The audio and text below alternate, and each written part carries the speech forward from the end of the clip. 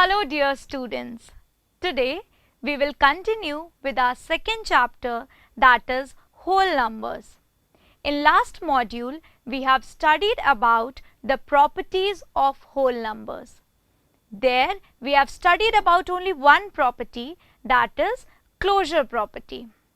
Today in this module we will study about other three properties, that are commutative property, associative property and distributive property of multiplication over addition.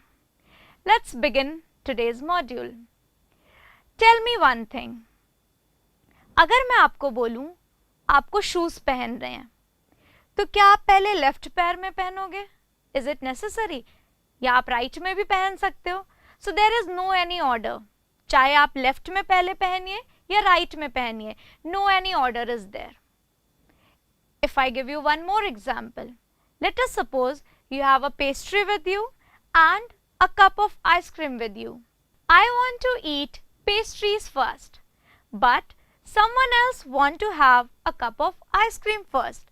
So it is up to them, it is their choice. So we can say that there is no any order. But if I say I have to wear a sock and then a shoe, what you are going to wear first? Of course, I think so you all know that you are going to wear socks first and then you will wear shoes. So you have to follow an order. Fine. Same happens with numbers as well. आपको कुछ numbers के लिए या कुछ numbers की properties के लिए एक order follow करना पड़ता है. But कुछ ऐसी भी प्रॉपर्टीज होती हैं या ऐसे भी ऑपरेशंस होते हैं जिनके लिए आपको ऑर्डर फॉलो करना ज़रूरी नहीं होता है. अब हम उन्हीं के बारे में बात करते हैं. तो हमने क्लोजर प्रॉपर्टी के बारे में ऑलरेडी पढ़ लिया था. अब हम पढ़ते हैं कम्यूटेटिव प्रॉपर्टी के बारे में. क्या होता है कम्यूटेटिव प्रॉपर्टी में, चलिए देखते हैं. ये मेरे पास 3 येलो स्टिक्स हैं. मैं इसमें 2 पिंक स्टिक्स को जोड़ती हूँ. तो आप बता सकते हैं ये कितनी टोटल स्टिक्स हुई? 5. अगर मैं इसका ऑर्डर बदल दूं, पहले मैं पिंक स्टिक को ले लूं, फिर मैं येलो स्टिक को लूं, तो आप बता सकते हैं अब कितनी हुई? अभी भी आंसर क्या है? 5 ही है. तो एडिशन में हम नंबर्स को किसी भी ऑर्डर में ऐड करें, आंसर हमेशा हमारा सेम आएगा. चलिए एक एग्जाम्पल और देख के बताती हूँ. Example, if I take 5 and I'll add 8 to it, so you know that the answer will be 13. अब मैंने इसका ऑर्डर चेंज कर दिया. पहले मैंने 8 ले लिया और उसमें अब हम 5 को ऐड कर रहे हैं. तो आपको पता है 8 + 5 भी कितना होता है? 13. सो एडिशन में हम अगर ऑर्डर नंबर का चेंज कर दें तो आंसर हमेशा हमें सेम मिलता है. इस प्रॉपर्टी को हम बोलते हैं commutative property. Commutative property. Now अब हम सब्ट्रैक्शन के लिए भी एक बार चेक कर लेते हैं. For example, if I take 5 और उसमें से हम 2 सब्ट्रैक्ट करें तो हमारा आंसर यहाँ पे कितना आएगा? 3 आएगा. अब हम इसका ऑर्डर चेंज कर देते हैं. तो पहले हमने 2 लिख लिया, अब 2 में से हम 5 सब्ट्रैक्ट कर रहे हैं. तो क्या यहाँ पे हमें आंसर 3 मिलेगा? नहीं मिलेगा. तो हम ये कह सकते हैं कि सब्ट्रैक्शन में अगर हम ऑर्डर चेंज करते हैं तो आंसर हमें सेम नहीं मिलता है. सो हम कह सकते हैं सब्ट्रैक्शन के लिए कम्यूटेटिव प्रॉपर्टी होल्ड नहीं करती है. अब हम मल्टीप्लिकेशन के लिए चेक करते हैं.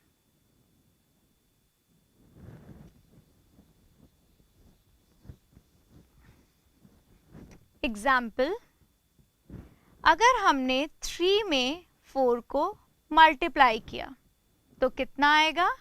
12. आप सबको पता है. अब हम इसका ऑर्डर चेंज कर देते हैं. 4 में अब हम 3 मल्टीप्लाई कर रहे हैं तो ये कितना आएगा? 12. दैट मीन्स मल्टीप्लिकेशन के लिए भी आपका कम्यूटेटिव प्रॉपर्टी होल्ड करता है। अब हम डिवीजन के लिए भी चेक कर लेते हैं। फॉर एग्जाम्पल 25 डिवाइडेड बाय 5, तो आप सबको पता है 25 को अगर हम 5 से डिवाइड करेंगे तो हमारा आंसर क्या आएगा, 5 आएगा। अब हम इसका भी ऑर्डर चेंज करते हैं। अब हम 5 को डिवाइड करेंगे 25 से, तो आपको क्या लगता है यहाँ पे आंसर आपका 5 आएगा? नहीं आएगा, क्योंकि 5 डिवाइड बाय 25 है, तो 25 की टेबल में 5 तो आता नहीं है, तो यहाँ पे आपका आंसर 5 नहीं आएगा। तो हम कह सकते हैं डिवीजन भी कम्यूटेटिव प्रॉपर्टी को होल्ड नहीं करती है।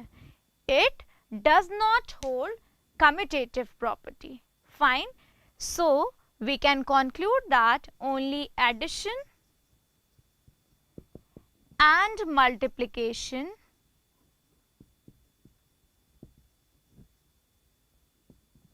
holds commutative property.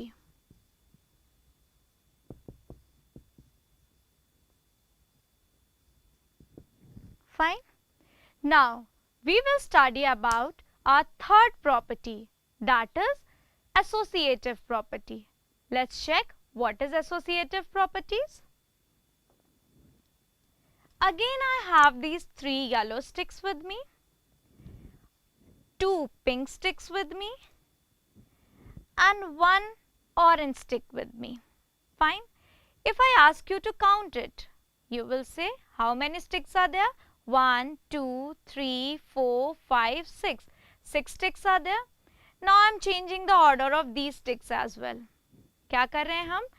पहले मैंने ऑरेंज वाली स्टिक ले ली, फिर मैंने पिंक वाली स्टिक ले ली और लास्ट में मैंने येलो वाली स्टिक रखी।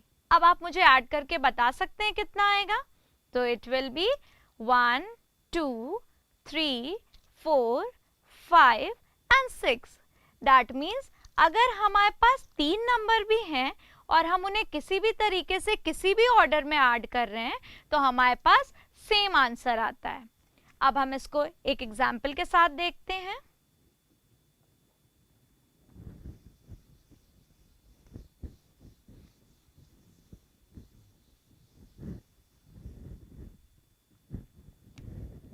For example, if I have to add 3 plus 5 plus 2, fine. अब हम इसमें किस ऑर्डर में ऐड कर रहे हैं वो देखते हैं। 3 प्लस, पहले मैं 5 और 2 को ऐड कर रही हूँ, तो मैंने 5 और 2 का एक ग्रुप बना दिया। तो अब 5 में अगर 2 ऐड करेंगे कितना आएगा? 7 आएगा। और 7 में अब हम इस 3 को ऐड करेंगे, सो अब आपका आंसर कितना आ गया? 10 आ गया। दूसरा वे देखते हैं। अब हम 3 और 5 का ग्रुप बना रहे हैं, उसमें हम 2 ऐड कर रहे हैं। तो आप देख सकते हैं 3 प्लस 5 कितना होगा? 8। 8 में अगर आप 2 ऐड करेंगे तो आपको कितना मिलेगा? 10 मिलेगा। तो यहाँ से हम कह सकते हैं अगर हम 2 नंबर्स को ग्रुप में रखें और उनको ऐड करें तो भी हमारा आंसर सेम ही आ रहा है। That means addition holds associative property. Associative property. Fine. अब हम सबट्रैक्शन के लिए चेक करते हैं।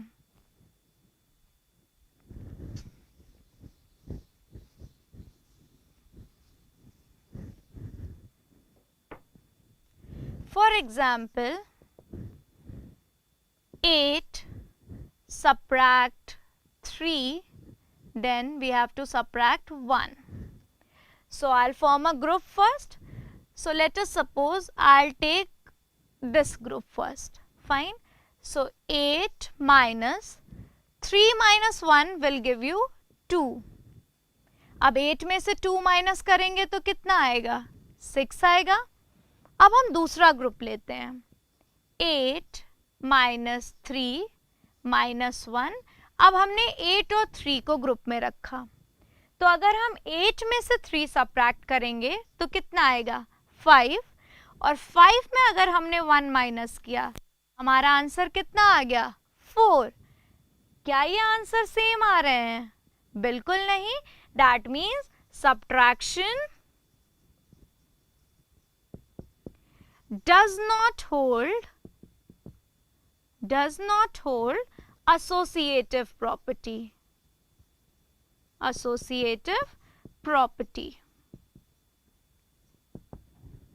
आई होप सबको समझ आ गया होगा। अब हम मल्टीप्लिकेशन का भी एक बार करके देखते हैं। For example, if I take 3 numbers as 5 multiply by 2 multiply by 3. I'll take a group first. तो पहले हमने 2 और 3 का ग्रुप ले लिया।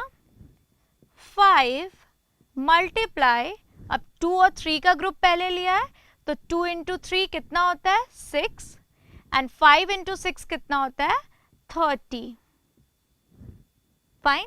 अब हम ग्रुप चेंज करते हैं, 5 इंटू 2 इंटू 3। अब हम ग्रुप लेंगे 5 और 2 का।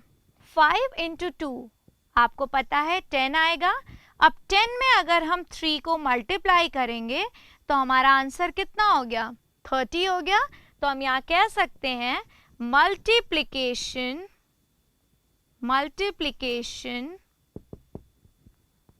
Holes associative property। समझ आ गया सबको? अब हम इसी तरह डिवीजन के लिए भी देखते हैं।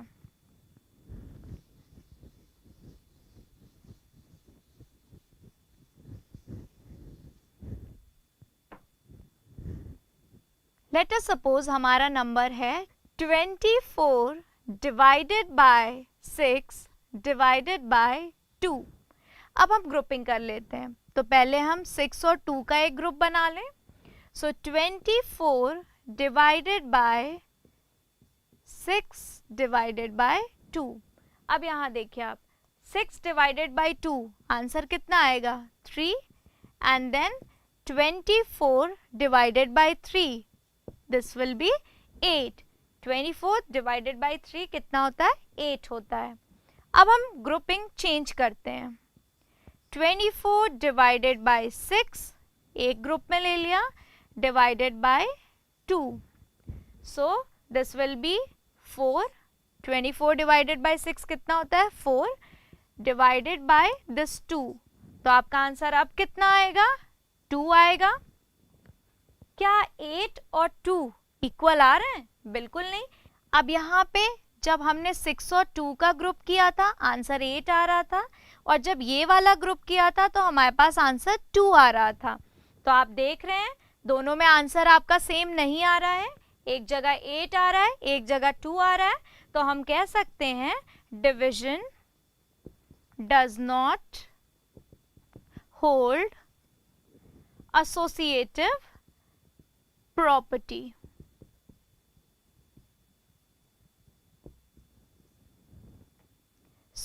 यहां से भी हमारा कंक्लूजन क्या निकला कि एडिशन और मल्टीप्लिकेशन यही दोनों ऑपरेशंस एसोसिएटिव प्रॉपर्टी को होल्ड करते हैं, लेकिन सब्ट्रैक्शन और डिवीजन एसोसिएटिव प्रॉपर्टी होल्ड नहीं करते हैं। अब हम एसोसिएटिव प्रॉपर्टी को एक्टिविटी से भी देख लेते हैं। ये हमारे पास एक पिंक स्टिक है, 2 रेड स्टिक्स हैं और एक येलो स्टिक्स है। अब आपको जैसा कि पता है कि हमें पेयर बनाना पड़ता है या ग्रुपिंग करनी पड़ती है, तो हम क्या करेंगे पहले पिंक और रेड की ग्रुपिंग कर देते हैं। तो पिंक 1 था रेड 2 था, टोटल कितना हो गया 3। अब इसमें हम एक येलो ऐड कर देते हैं, अब कितना हो गया 4 हो गया। अब ग्रुपिंग चेंज करते हैं, अब हम रेड और येलो की ग्रुपिंग करते हैं। तो ये 2 है और ये 1 है, टोटल कितना हो गया? ये 3 आ गया। अब इसमें हम एक पिंक स्टिक ऐड कर देते हैं। टोटल कितनी स्टिक हो गई? 4। तो आपने देखा कि एसोसिएटिव प्रॉपर्टी अगर हम एडिशन के लिए कर रहे हैं तो आंसर हमेशा हमारा सेम आएगा। अब हम अपनी सबसे इंपॉर्टेंट प्रॉपर्टी के बारे में पढ़ने जा रहे हैं, जो है डिस्ट्रीब्यूटिव प्रॉपर्टी। डिस्ट्रीब्यूटिव प्रॉपर्टी के लिए अब हम एक एक्टिविटी करते हैं। यहाँ पे मैंने मल्टीप्लिकेशन और एडिशन 2 ऑपरेशंस लगाए हुए हैं। इस प्रॉपर्टी को हम बोलते हैं distributive property of multiplication over addition, क्योंकि यहाँ पे हमने मल्टीप्लिकेशन भी लिया है और एडिशन भी लिया है। अब इसका मतलब समझ लेते हैं। यहाँ पे 4 और 3 ऐड हो रहे हैं। तो मैंने, आप जैसे यहाँ देख रहे होंगे, स्टिक्स ले रखी है।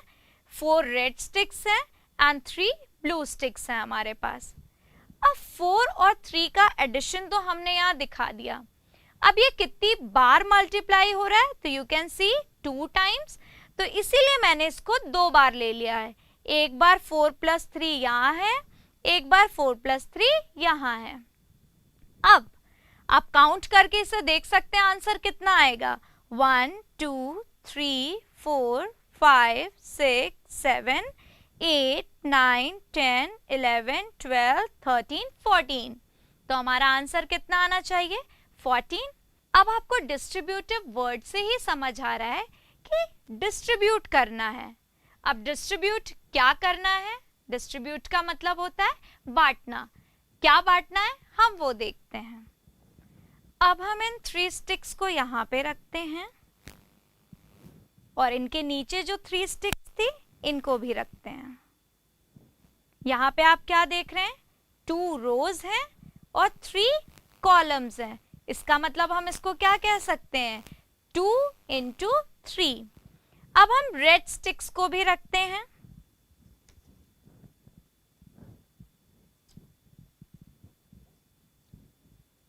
यहाँ पे 4 रेड स्टिक्स हैं हमारी, देख रहे हैं जैसा कि आप, और ये भी 2 रोज में हैं। तो यहाँ पे हमने क्या किया?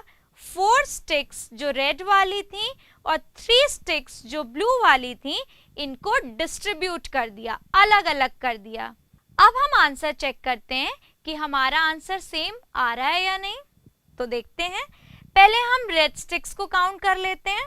1 2 3 4 5 6 7 8 8 रेड स्टिक्स हो गई। अब हम ब्लू स्टिक्स को काउंट करते हैं। 1 2 3 4 5 6। ये 8 स्टिक्स थी रेड, 6 स्टिक है ब्लू। 8 + 6 हुआ आपका 14। और आपने यहाँ पे भी जब काउंट किया था तो आपका आंसर कितना आ रहा था? 14 आ रहा था।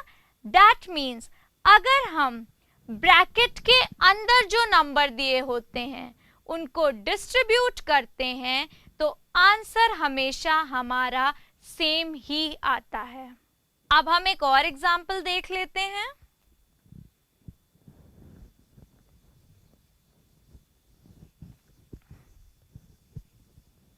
For example, 3 × 10 + 2। तो यहाँ हम 10 और 2 को डिस्ट्रीब्यूट करेंगे किसके साथ? 3 के साथ। तो हम क्या लिख सकते हैं? 3 × 10 + 3 × 2। तो 3 × 10 कितना होता है? 30 + 3 × 2 कितना होता है? 6। Your answer will be 36। अब आप इस पूरे को एक साथ सॉल्व करके देखिए। 3 × 10 + 2। तो हम पहले 10 और 2 को ऐड कर लें तो कितना होगा? 12। और उसमें हम 3 को मल्टीप्लाई कर देंगे। सो 3 × 12 इज ऑल्सो 36। तो आप देख सकते हैं हमारा आंसर सेम आ रहा है। इस प्रॉपर्टी को हम क्या कहते हैं? Distributive property of multiplication over addition. I hope आपको डिस्ट्रीब्यूटिव प्रॉपर्टी समझ आ गई होगी। अब ये प्रॉपर्टी हम सब्ट्रैक्शन के साथ भी कर सकते हैं, देखते हैं।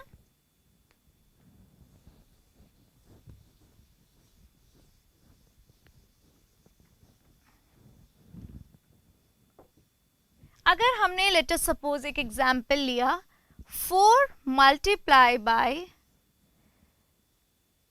10 माइनस 5। पहले तो आप इसको ही सॉल्व कर लीजिए। 10 में से अगर हम 5 सब्ट्रैक्ट करेंगे कितना आएगा? 5 आएगा।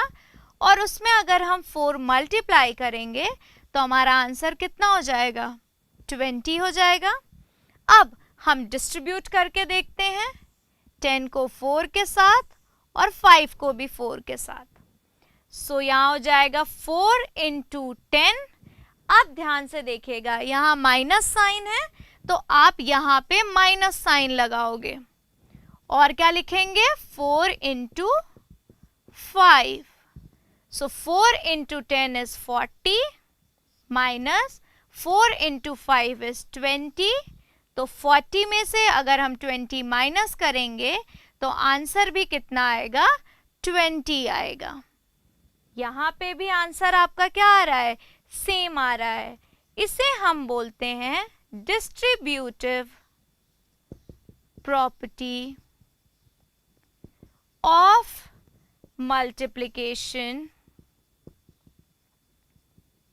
Over subtraction. I hope distributive property अब आपको अच्छे से समझ आ गई होगी। अब हम पढ़ेंगे एडिटिव आइडेंटिटी और मल्टीप्लिकेटिव आइडेंटिटी के बारे में। यहाँ पे 2 रो है और 4 कॉलम्स हैं, जैसा कि आप देख सकते हैं। तो हम इसको लिख सकते हैं 2 इंटू 4।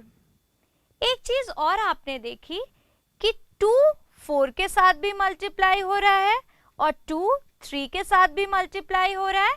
तो यहीं से आपको समझ आ गया कि डिस्ट्रीब्यूट किया जा रहा है 2 को, इसीलिए 2 4 के साथ भी मल्टीप्लाई हो रहा है और 2 3 के साथ भी मल्टीप्लाई हो रहा है। अब हम अपना आंसर चेक कर लें तो काउंट करते हैं। रेड स्टिक्स कितनी है हमारे पास? 1 2 3 4 5 6 7 8 8 रेड स्टिक्स हो गई। और आपको पता है 2 इंटू 4 कितना होता है? 8 होता है।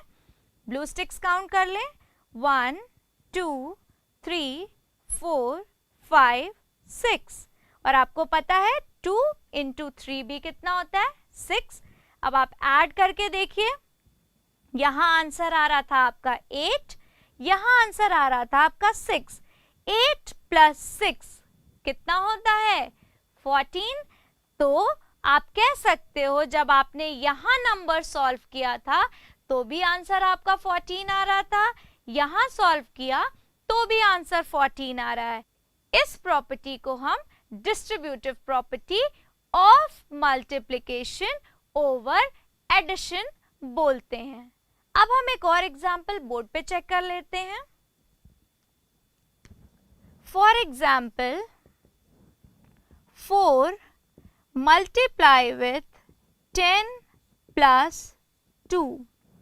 ठीक है, तो पहले हम इसको सॉल्व कर लेते हैं, फिर हम 4 को डिस्ट्रीब्यूट करके सॉल्व करेंगे। So this is 4 multiply 10 plus 2 कितना होता है? 12। And we know that 12 4s are 48। अब हम इसको डिस्ट्रीब्यूट करेंगे, मतलब 4 10 से पहले मल्टीप्लाई होगा तो हमने लिख दिया 4 इंटू 10। फिर यहाँ एडिशन का साइन है, हम एडिशन लगाएंगे, फिर ये 4 आपका 2 से भी मल्टीप्लाई होगा।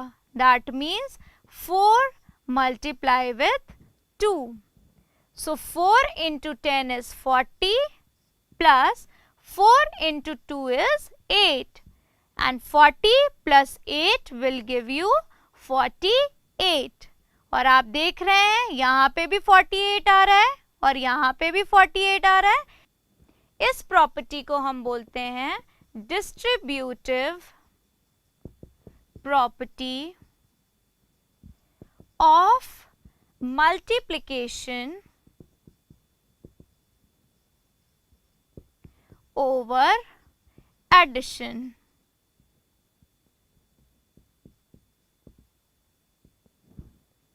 अब इस प्रॉपर्टी को हम सब्ट्रैक्शन के लिए भी चेक कर लेते हैं, तो उसके लिए एक एग्जांपल देखते हैं।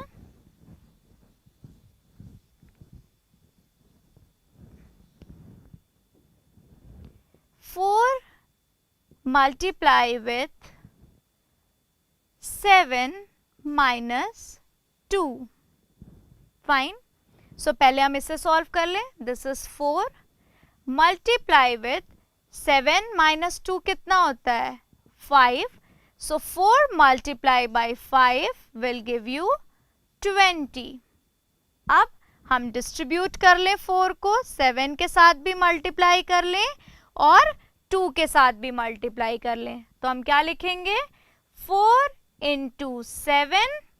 अब एक चीज आपको क्या ध्यान रखनी है, यहाँ पे अब सब्ट्रैक्शन का साइन है, तो यहाँ पे भी अब हम कौन सा साइन लगाएंगे सब्ट्रैक्शन का।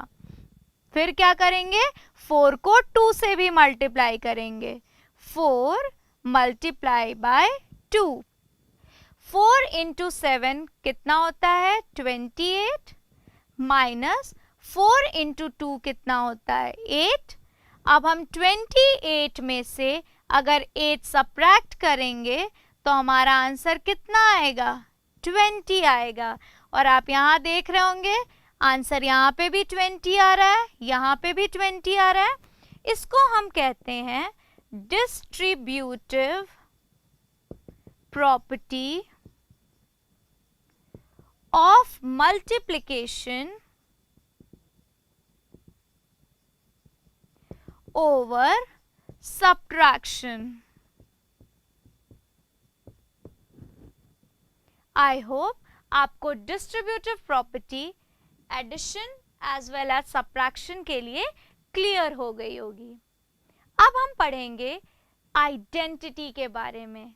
और कौन सी identity, additive identity and multiplicative identity. Let's see, for example if I add 5 and 0, answer में हमको क्या मिलेगा 5 मिलेगा। कोई और नंबर चेक कर लेते हैं। 2 में अगर हम 0 ऐड कर रहे हैं तो आंसर हमें 2 ही मिल रहा है। तो आपने एक चीज नोटिस की होगी, अगर किसी नंबर के साथ हम 0 को ऐड करते हैं तो आंसर हमेशा नंबर इटसेल्फ ही मिलता है। नंबर इटसेल्फ मतलब जो नंबर हम 0 के साथ ऐड कर रहे हैं आंसर में वही नंबर आ रहा है।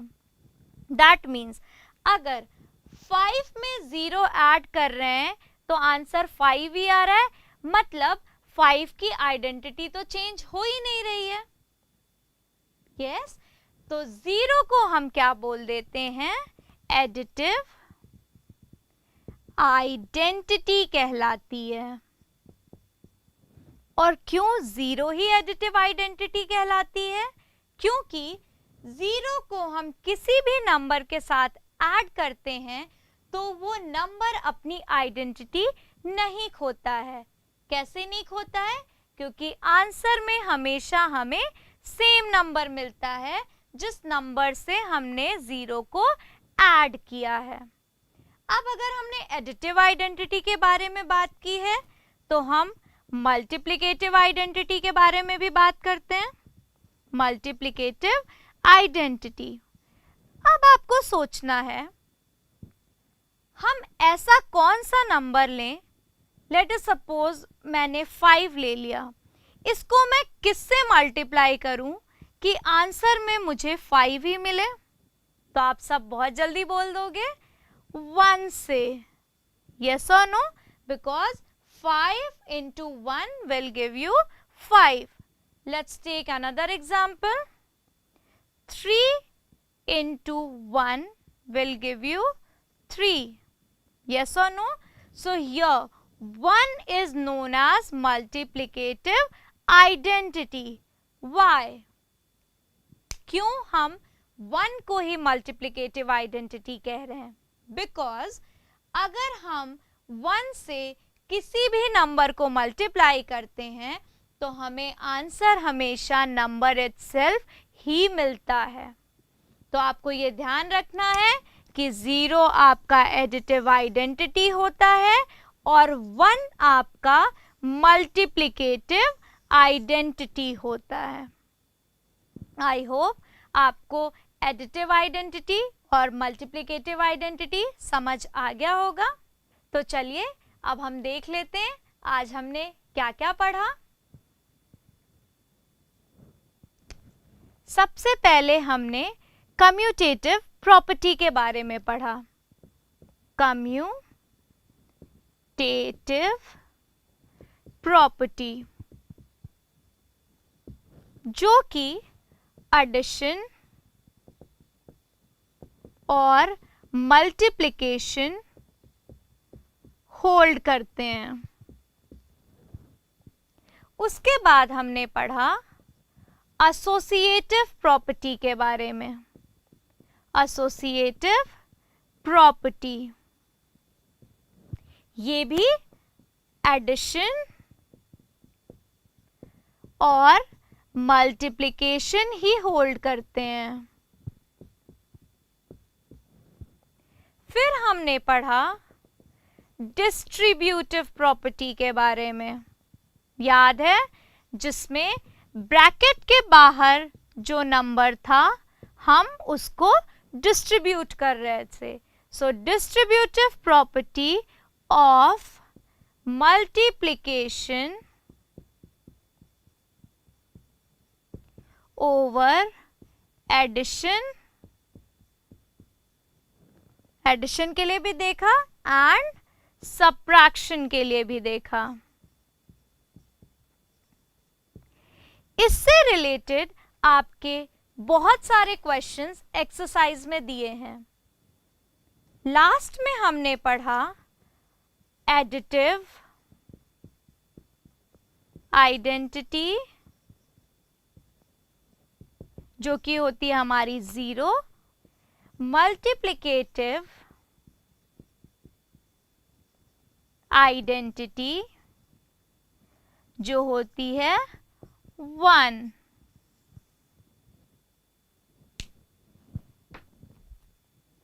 आई होप आज जो भी टॉपिक्स हमने कवर किया आपको समझ आया होगा. This is all about your chapter 2 that is whole numbers. Bye.